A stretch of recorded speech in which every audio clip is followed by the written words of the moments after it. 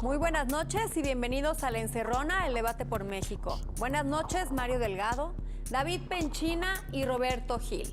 3 senadores, 3 puntos de vista diferentes. Las reglas las pongo yo y acuérdense que aquí lo único que no se vale es coincidir. Arrancamos con La Encerrona. Osorio Chong está decidido a regresarle a la Secretaría de Gobernación su poderío y credibilidad para encontrar a las personas desaparecidas en cada una de las entidades de la República. Y es que la Comisión Nacional de los Derechos Humanos reportó al Senado que se investigan del sexenio pasado 2.126 casos de desapariciones forzadas y se tiene registro de 24.091 personas reportadas extraviadas o no localizables. Senador David Penchina, esta omisión del gobierno de Felipe Calderón evidencia la falta de sensibilidad hacia las víctimas y la ausencia de una posición contundente para apoyar a los familiares de los desaparecidos. Osorio Chong promete encontrar a los desaparecidos. ¿Llegará este compromiso hasta el escritorio de Jesús Murillo Caram al frente de la PGR? ¿Qué podremos esperar de la actuación de una institución como la PGR, que tendrá que hacer algo respecto de las negligencias de funcionarios que propiciaron heredar a este gobierno casi 26,000 desaparecidos? Bueno, en materia de víctimas del delito de una guerra contra el narcotráfico que nos deja un saldo vencido en nuestro país, me parece que todo lo que hagamos es punto de partida para la paz que necesita la nación, para buscar una mejor estrategia y para poder reconciliar a la nación en su confianza con las autoridades. Más allá de regresarle el poderío a las instituciones, lo que creo que se necesita es generar un vínculo de credibilidad con la autoridad. Creo que es de mínima atención el que debamos de construir todos la búsqueda de las desapariciones que tanto dolor han causado. Es necesario restablecer un puente para que la paz parta de un nuevo andamiaje institucional en donde el trato de un asunto tan delicado reconcilia a la nación. Creo que hoy la apuesta de la Secretaría de Gobernación y de todas las autoridades que dependen del Ejecutivo y, por qué no decirlo, también de los poderes, el legislativo en lo particular, debemos de encontrar la reconciliación nacional, y eso pasa por mitigar el dolor de las víctimas de los delitos de desaparición, Roberto Gil, de crimen organizado, etcétera. Senador, dice Osorio Chong que el caso amerita crear una fiscalía especializada. En el pasado se crearon estas fiscalías especializadas con la intención de acabar con el rezago de las averiguaciones previas. Hoy algunas de ellas demostraron ser verdaderos elefantes blancos con un marcado sesgo político. ¿Qué distancia hay entre los resultados que el PAN obtuvo en la atención a víctimas y el acercamiento que hoy está demostrando un gobierno de extracción priista? Bueno, lo importante de la atención a las víctimas es no solamente tener una estructura institucional, una ley, sino sobre todo atender la circunstancia dolorosa de cada caso en lo particular para que no se genere esta doble victimización. Es decir, que además del dolor que implica haber sido sujeto de un acto delictivo, que el tratamiento, la omisión de las autoridades agrave ese dolor. Yo creo que más allá de hablar de fiscalías, yo creo que lo que hay que hacer es cumplir los acuerdos que ya se han tomado en el ámbito del Consejo Nacional de Seguridad Pública. En los años precedentes se establecieron algunos acuerdos, no solamente para el registro de personas desaparecidas, para la apertura de averiguaciones previas en el caso de homicidios y de cada una de las denuncias que se generen a partir de la posible desaparición o el hallazgo de algún elemento o un indicio que pueda llevar a presumir la existencia de un delito de desaparición o de homicidio. Es decir, hay una serie de acuerdos ya en el Consejo Nacional de Seguridad Pública que involucraban a todos, que involucraban a los gobernadores, que involucraban a la autoridad federal, que involucraban al Poder Judicial. Senador, yo creo que tenemos Mario que seguir Delgado, insistiendo en estos temas. ¿Qué puede hacer el legislativo de cara a la necesidad de la justicia de estas víctimas? Impulsar, como se hizo en la ley de víctimas, pues de que esto no sea una cifra oculta. Ahora nos venimos a enterar de que la PGR sí llevaba un registro y que aparentemente nunca lo quiso hacer público, nunca lo quiso dar a conocer, y hoy sabemos que ese registro tiene casi 25,000 personas que fueron desaparecidas, más de 2.500 desapariciones forzadas documentadas, y qué bueno que ya se publicó la ley de víctimas la semana pasada. Hay señalamientos de distintos sectores, que hay cosas que se tienen que perfeccionar. Yo enfatizaría en que la parte económica, para poder hacer efectivamente la reparación del daño en lo que respecta a la parte económica, es algo que se tiene que trabajar. Se prevé que haya una partida presupuestal, pero también se prevé que esos recursos salgan de lo que se le quita a la delincuencia organizada. Senadores, este programa no habrá contrarréplica, por lo que tienen tiempo libre para debatir sus ideas. No solamente hay un registro de casos de desapariciones, sino también se acordó en el seno de la Conferencia de Procuradores crear la base de datos de ADN, por ejemplo, y de otro tipo de indicios sobre la identidad de personas. En el ámbito también del, como decía hace un momento, del Consejo Nacional de Seguridad Pública, se establecieron protocolos para poder compartir información entre distintas entidades federativas y la Federación.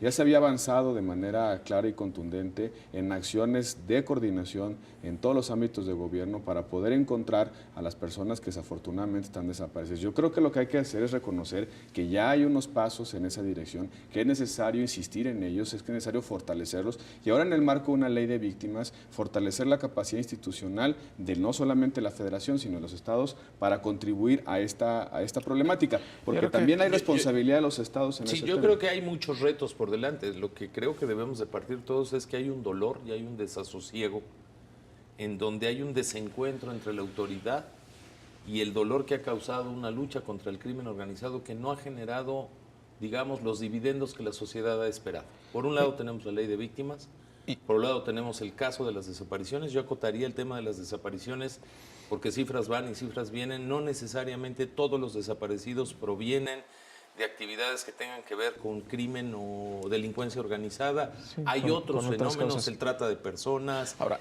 venta de menores. Pero lo que necesitamos, y ese es el punto que yo quiero centrar, es que todos debemos de canalizar un mismo esfuerzo para volverle a devolver a la institución del Estado mexicano, le hace la Secretaría de Gobernación, Procuraduría, el Estado mexicano a través de su gobierno, la confianza y el vínculo de atención a un efecto verdaderamente doloroso para la sociedad mexicana que nos ha hecho dividirnos. Creo que ese es el gran cambio. Ahora las víctimas sí existen. Ahora ya hay una ley de atención a víctimas y además que va a derivar en varios mecanismos para la atención efectiva de las víctimas. Un trabajo, y yo creo que en el anterior sexenio, mucho trabajo. En el anterior sexenio, senador, no existían las víctimas. Nunca se quisieron reconocer por estar defendiendo el tema de la guerra contra el narco, guerra contra el narco. Eso es exagerado por dos razones. Pudieron haber publicado la ley de víctimas, Calderón, y no lo hizo. La construcción de la ley empezó en la administración anterior. Se negoció en la administración anterior. Fue iniciativa del Ejecutivo Federal. ¿Y la dejó en el cajón guardada? No solamente eso. Por un acuerdo administrativo se creó la Procuraduría Social de Defensa de las Víctimas del Delito. No solamente eso, hay acuerdos concretos en el seno del Consejo Nacional de Seguridad Pública en esta dirección. Yo creo que tampoco es justo. No es ni claro ni oscuro, pero a ver, lo que sí coincidiríamos es que no está completo el tema institucional para atender un fenómeno. Y el solo hecho de publicar la ley no resuelve la problemática de las víctimas. Se tienen que tratar muy pronto. No evadamos la responsabilidad del Congreso de haber solucionado en su momento las observaciones que en plenitud de facultades hizo el Ejecutivo. La Suprema Corte de Justicia de la Nación nuevamente se debate por un asunto medular en la impartición de justicia contra el principal flagelo de este país, el secuestro. 2 instancias, un presidente y 23 firmas de juristas, defensores de derechos humanos y periodistas lanzaron una petición a la Suprema Corte para poner fin a la grave injusticia a la que ha sido sometida la francesa Florence Cassés, condenada a 60 años de prisión por secuestro. ¿Cómo ve el PAN la situación jurídica de Florence Cassés? Roberto, eres un buen abogado. ¿Cuáles son las inconsistencias? ¿Hay posibilidad de reposición del procedimiento? Bueno, el caso es verdaderamente difícil en sus extremos por varias razones. La primera es porque al parecer no hay duda sobre la culpabilidad de Florence Cassés. No hay duda de su participación. Las propias víctimas del secuestro han reconocido la voz, han reconocido su participación. Y aquí el tema de fondo es si la violación a un aspecto de carácter procedimental en un Estado de Derecho puede llevar a la nulidad de todo el proceso penal y de las pruebas obtenidas a partir de una detención en la cual no se le otorgaron sus derechos consulares al ser una extranjera que realizaba una actividad delictiva en nuestro país. Y esto llevará, como ya se ha dicho, a que se nulifique todo el proceso y eventualmente el tribunal colegiado tenga que absolver a Florence Cassés. Creo que es uno de esos casos que implican una enorme tensión entre la justicia formal y la justicia material. En efecto, un Estado de Derecho se basa en un conjunto de reglas, de procedimientos, de formalidades que son esenciales para que la justicia se aplique correctamente, pero también por el otro lado ahí está la exigencia, la expectativa de quienes han sido víctimas de un delito de que se castigue al autor. Creo que en este caso estamos viviendo esa tensión entre justicia formal y justicia material. Senador David Penchina, en marzo de 2012 el PRI llamaba a fincar responsabilidades legales a las autoridades que propiciaran el escándalo del caso Florence Cassés. ¿Cuál es la postura del PRI ante una liberación de Florence Cassés? Bueno, yo lo que diría es no adelantemos. El día 23 de enero se presentará el proyecto de Olga Sánchez Cordero sobre el caso de Florence Cassés, que podrá dejarla en libertad. Ese es un supuesto, que podrá ratificar su culpabilidad y desechar el amparo, o que podrá presentar un proyecto que no guarde la mayoría de los ministros de la Corte, lo cual llevaría a una nueva presentación de un proyecto en fecha posterior. Creo que hay que respetar la autonomía del Supremo Tribunal Constitucional de México en la interposición de un amparo que se tendrá que resolver. Creo que es muy lamentable que si quedara fuera Florence Cassés, una vez demostrada su participación en un delito tan grave como es el secuestro, que lastima mucho a la sociedad mexicana, tenga que ser porque no se cubrió por las autoridades los procedimientos de ley que hay que cubrir, y en eso sí exigimos plenamente que aquel que no siguió los procedimientos que se tenían que seguir, entre otras la audiencia consular, pues se les castigue como ejemplo, porque será el colmo para la justicia mexicana que una mujer que es culpable de fondo salga por una falta de cuidado en las formas de llevar el juicio, y ahí tendría una culpabilidad quien no pidió las Senador Mario formas. Delgado, como senador de la República, ¿cómo impacta en la política exterior de México el llamado del presidente francés a la liberación de su connacional? Hay una convención internacional, la Convención de Viena, desde 1963, donde establece la asistencia consular. Entonces, sin duda es un requisito que alguna autoridad omitió en este caso, y que yo creo que no hay que fijar solamente la atención en eso. También hay que recordar que hubo todo un montaje para la televisión en este caso. Y pues yo me pregunto, ¿cuántos más casos habría o hay personas actualmente en la cárcel, tal vez juzgadas, que no van a tener la atención como si iba a tener el caso de Florence Cassés, porque no tienen la importancia, porque no ha intervenido otro gobierno, porque no es extranjera? Pues en esta simulación que se dio siempre de la persecución, en algunos casos de algunos delitos, incluso la utilización política de algunas instituciones de impartición de justicia, todo lo que vimos, todos los casos que nos enteramos en el gobierno de Felipe Calderón. Entonces, bueno, este caso, pues probablemente, según lo que vaya a dictaminar la ministra Olga Sánchez Cordero, tendría un nuevo juicio, no saldría en libertad, sino un nuevo juicio sin las pruebas que se utilizaron de manera ilícita. Tienen tiempo libre para debatir sus ideas, senador. Yo creo que hay dos temas que hay que debatir. El primero es que la culpabilidad de Florence Cassés, o de la que se dice su culpabilidad, no está solo basado en un procedimiento que de suyo está cuestionado en su vicio de cómo fue llevado a juicio. Hay la declaración de las víctimas. Y estamos en México y el delito se cometió. El que lo realizó en este país. Segundo, la presión diplomática vale para hacer valer los derechos contenidos en un proceso que no se cuidó. Ahí hay una responsabilidad de la autoridad que no cuidó ese proceso. Tercero, estaremos ante la disyuntiva de un proyecto de una ministra que tendrá que resolver entre la forma y el fondo. Si por la forma, en el fondo, siendo culpable Florence Cassés, sale de la cárcel, me parece que será una página triste de la aplicación de la justicia en México. Y dará pie a lo que dice Mario Delgado. Y fijará un a precedente. La revisión, fijará un precedente. Fijará un precedente y fijará posición para que exploremos cuántos casos de la justicia mexicana han violado los procedimientos de forma, violando las garantías individuales de las personas. Me parece que ese es el tema a enmarcar. Pero aquí también resaltaría una cosa. Cuando se planteó el tema de la violación al derecho consular, que por cierto es una estrategia jurídica que siguió Florence Cassés ante la Corte, fundamentalmente después de que se había agotado el proceso y se le había acreditado su responsabilidad y su participación en el secuestro, en varios secuestros. De hecho, hay que recordar que ella es detenida en flagrancia, es decir, prácticamente en el inmueble. ¿En vivo o en la repetición? Yo creo que ahí hay una cuestión también que hay que analizar, que me parece muy lamentable esa utilización. Y que no es responsable, Roberto. Esa utilización de mediática. Quien hizo ese montaje no es responsable, que deslegitima a toda la justicia mexicana. Pero déjame ponerme, estaba argumentando de la perspectiva de las víctimas. Si quieres, ahorita hablamos de la parte del tratamiento mediático, que yo creo que es profundamente lamentable por donde se quiera ver. Pero fundamentalmente se alega este vicio en el procedimiento, la violación de los derechos consulares, ya ante la Suprema Corte de Justicia, cuando se pierden las instancias de la jurisdicción ordinaria. Yo no he visto la misma reacción de algunos actores políticos con respecto a la exigencia de que no se violen los derechos consulares con respecto a mexicanos en Estados Unidos, por ejemplo, que en el caso Florence Cassés. Yo he visto muchos actores políticos rasgándose las vestiduras por el caso Florence Cassés y que guardan silencio cuando un mexicano es acusado de algún delito y se le violan todos y cada uno de sus derechos consulares. Me parece que aquí hay un doble rasero. El gran tema que está de fondo, la gran tensión y el gran drama de esto es que habrá, en el caso de que se absuelva a Florence Cassés, habrá unas víctimas que no habrán encontrado satisfacción de la justicia por errores de quienes operaron la detención. Y que habrá que castigarlos. Y por supuesto que habrá que hacer las investigaciones correspondientes, pero también debemos de pensar que hay una exigencia de justicia material. Lo que pasa es que... Y recordar también, por cierto, el viaje del presidente Peña Nieto a Francia, donde seguramente se le hizo la exigencia de que se y que el presidente Peña dijo que se aplique el Estado de Derecho. Y yo creo que ahí también estará la consideración que tendrá la Corte para poder aplicar. Roberto, en este caso, aquí esa acción que hace la Secretaría de Seguridad Pública le mete duda a todo. Es decir, ¿hasta dónde? ¿Qué tal si es un montaje también las pruebas? ¿Sí?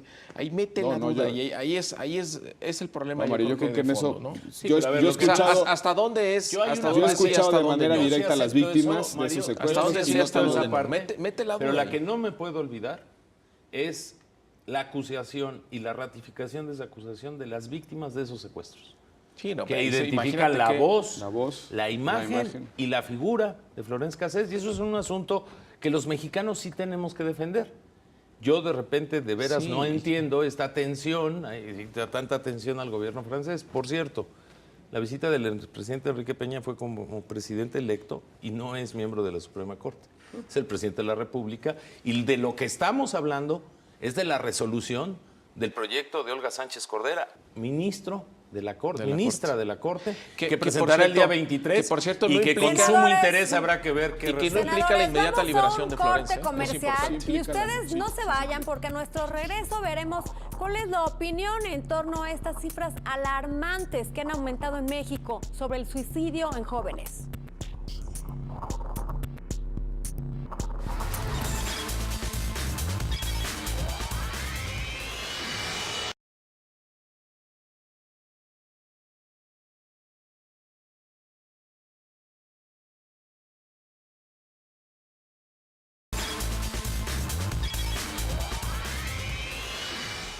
Senadores y diputados alertan sobre el suicidio, que en México es un mal que se ha convertido en la tercera causa de muerte entre niños y jóvenes.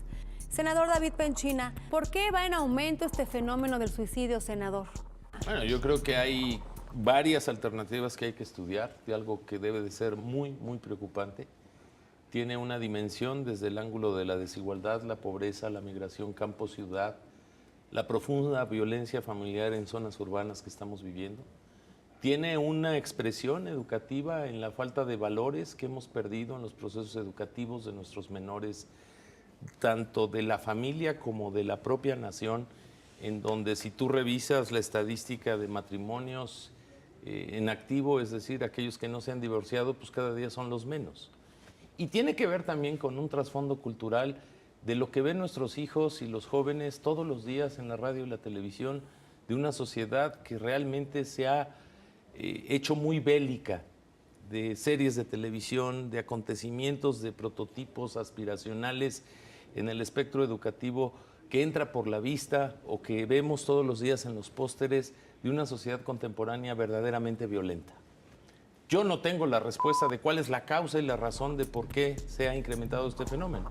Senador Creo que es Roberto multidimensional. Gil, senador, los senadores de Acción Nacional están convencidos del grave problema de salud pública que se está generando por los suicidios entre los jóvenes, que que urgieron al presidente para que a través de las Secretarías de Salud, Educación y del DIF se implementaran políticas públicas para prevenir y erradicar el fenómeno. ¿Qué se debe hacer de manera urgente para disminuir este problema?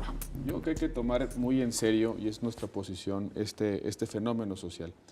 Porque parece que los entornos sociales que antes eran, digamos, las reservas de valores, de patrimonio moral, de los jóvenes, de los niños, hoy se están desintegrando. La escuela no es un espacio de formación de valores, la familia cada vez tiene mayor complejidad para poder generar ese entorno educativo, ese entorno de protección, ese entorno de formación hacia los jóvenes.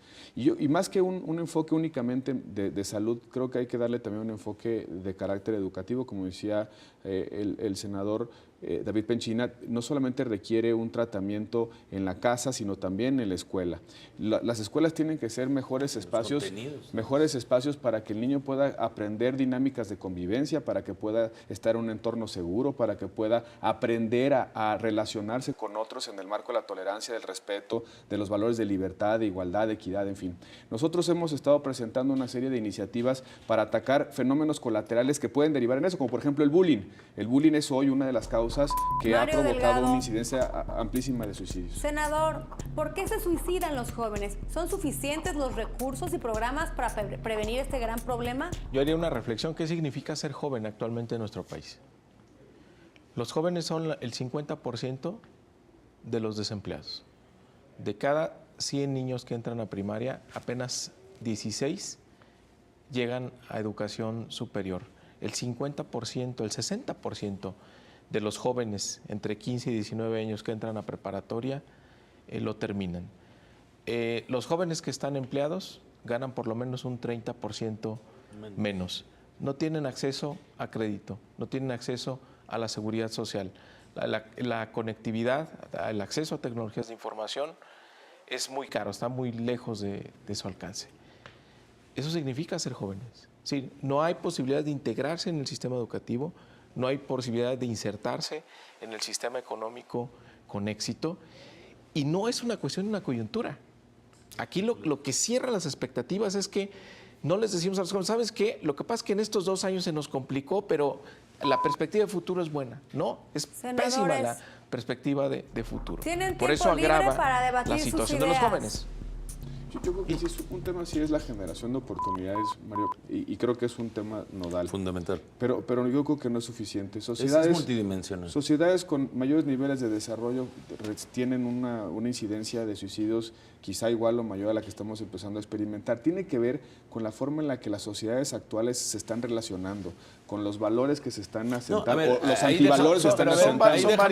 Son varios. México en los últimos 30 años tuvo una migración dramática del campo a la ciudad. Y de lo que era pobreza, digamos, en su más amplia expresión, rural, pues pobreza urbana. Pasamos a pobreza urbana, que es un proceso de desigualdad permanente. Sí. Luego está el tema educativo. Luego hay una transformación, nos guste o no, de los valores de una sociedad mexicana que se expresa, entre otras cosas, por ejemplo, en matrimonios unidos o separación, o incluso en uniones libres o matrimonios del mismo sexo. Luego hay, y de veras ese es un tema que le damos la vuelta, a lo mejor porque estamos en la televisión, pero de verdad, revisemos la cartelera de los contenidos de los programas televisivos. Es verdaderamente dramático la violencia.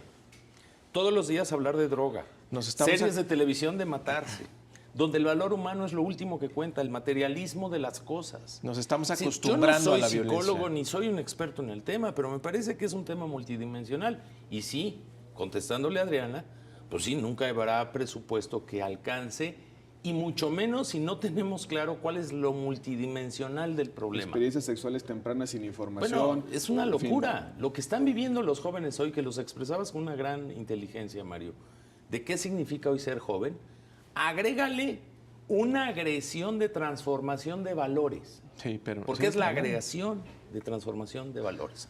¿Qué está dando por resultado? Pues sí, incremento de suicidios. Ahora hay que pensar en rediseñar el modelo educativo, en abrir oportunidades, en dejarlos de hacer a ellos un discurso y ponerlos en el centro del eje de la política pública, y sobre todo tomarlos en cuenta. ¿Qué significa tomarlos en cuenta? Significa muchas cosas. Sí. Ahora, ¿qué hacer para cambiar esta dinámica? Bueno, creo que tenemos que ir desde la primaria sobre todo atacar el tema de que nos vayamos a acostumbrar a la violencia. Hay Y que hacernos una reeducar a los pregunta. padres también, Hay que hacernos una pregunta. ¿Cuál va a ser el impacto de esta ola de violencia que tuvimos en esta generación de niños? Y hay que Brutal, ponernos actual. brutal. Por eso es parte de lo que estamos proponiendo en la Perdóname, ley hay que para reeducar mejorar a la los convivencia padres también. escolar. Bueno, sí, Hay los que padres, sí, hay reeducar mucha a los violencia padres. intrafamiliar, Claro. pero también la explicas allá afuera por el entorno Bueno, de además, el violencia consumo y de por la droga. A ver, desigualdad económica. El consumo de la droga. También. Perdóname, pero no solo Por eso, el pero va acto a de decir la gente que nos está consumirlo, viendo, ¿no? bueno, ¿y ahora qué? Pero entonces- o sea, sí hay posibilidad de enfrentar el de que hay que fenómeno de la entrarle y violencia, hay que meterle sí hay la más. posibilidad de cambiar las expectativas de los jóvenes. Yo creo que es nuestra tarea más A ver, importante, bueno, déjame- porque este es un país de jóvenes. déjame plantear- Hay 30 millones, Roberto, entre 15 y 29 años de edad. Déjame plantearte, escuchar a los déjame sociólogos. plantearte el problema desde otra perspectiva. Muchos sociólogos, psicólogos también plantean que el problema de violencia que tenemos está causado por unos procesos crónicos de desintegración de ciertos valores. Es decir, que a lo mejor la violencia no es consecuencia, sino es causa. En fin. Velo por ejemplo, no le vayas a velo decir por a Calderón ejemplo, eso, por favor. velo por ejemplo en el caso de las escuelas. El crecimiento del tema del bullying es exponencial.